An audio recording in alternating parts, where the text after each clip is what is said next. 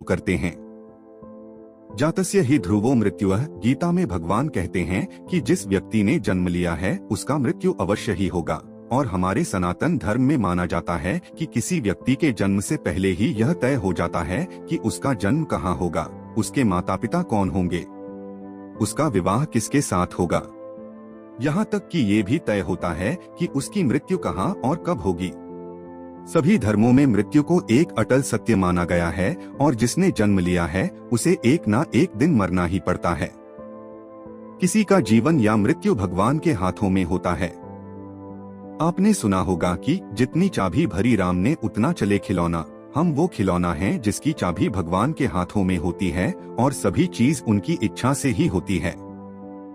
हिंदू धर्म में मान्यता है कि भगवान हर अच्छे मनुष्य को किसी न किसी उद्देश्य के साथ ही इस मृत्युलोक में भेजते हैं। जब वो उद्देश्य जल्दी पूरे हो जाते हैं तब भगवान उन्हें वापस बुला लेते हैं। अर्थात अच्छे लोगों की मृत्यु भी उनके अच्छे कर्मों पर ही निर्भर करती है। कलयुग के लक्षण में भी बताया गया है कि इस युग में पापी अधिक वर्ष तक जिएंगे और पुण्यात्मा जल्दी इस लोक को त्याग कर देंगे। इसके अलावा आपको ये भी बता दूं कि जो लोग ये कहते हैं कि मरने के बाद इंसान खाली हाथ जाता है, उन्हें यह जान लेना चाहिए कि 3 चीजें ऐसी हैं जो मरने के बाद भी उसके साथ जाती हैं।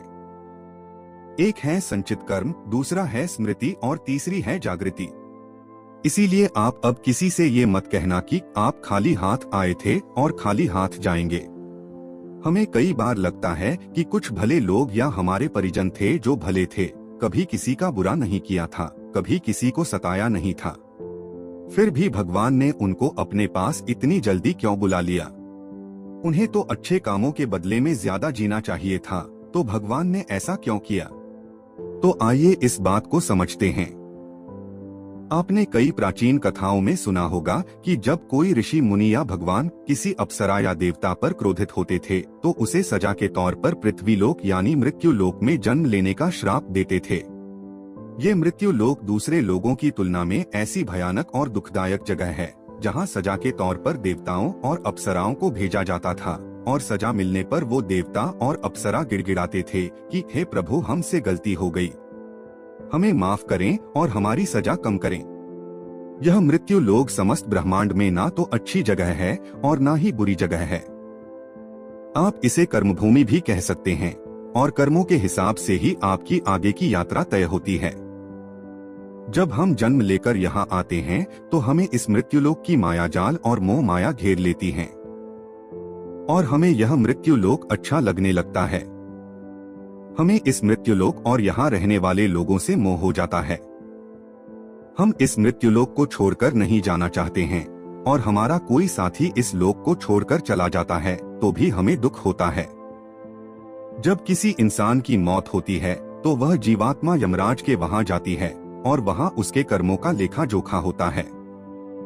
उसमें देखा जाता है कि उस जीवात्मा ने अच्छे कर्म किए हैं या बुरे कर्म किए हैं। अगर किसी जीवात्मा ने मृत्यु लोक में बहुत बुरे कर्म किए हैं, बहुत ज्यादा लोगों को सताया है, लूटा है, दुख पहुंचाया है, तो उसे दूसरे जन्म में उन सभी के साथ हिसाब चुकता करना पड़ता है और उसी कारण उस जीवात्मा को लंबा जीवन काल मिलता है। यदि जीवात्मा ने अच्छे कर्म किए हैं तो उसे अगले जन्म में कम सांसें दी जाती है। कई लोग कहते हैं कि अच्छे काम करने वाले को लंबा जीवन देना चाहिए और बुरे काम करने वालों को कम जीवन देना चाहिए। लेकिन भगवान ने जो व्यवस्था बनाई है वह सही और उत्तम है, क्योंकि इस मृत्युलोक में रहना और जीवन व्यतीत करना हमारा लक्ष्य नहीं है। हम जीवात्माओं का अंतिम लक्ष्य तो परम पवित्र बनकर मोक्ष प्राप्त करना है और परमेश्वर का सानिध्य प्राप्त करना है।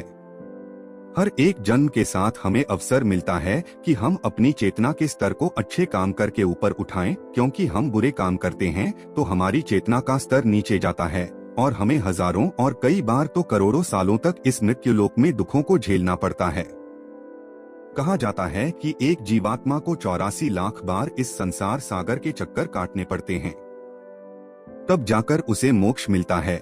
लेकिन जो जीवात्मा अच्छे हैं, भले काम करते हैं, वह जीवात्मा जल्द से जल्द शुद्धता प्राप्त कर लें और कुछ ही जन्मों में के बाद मोक्ष प्राप्त कर लेते हैं।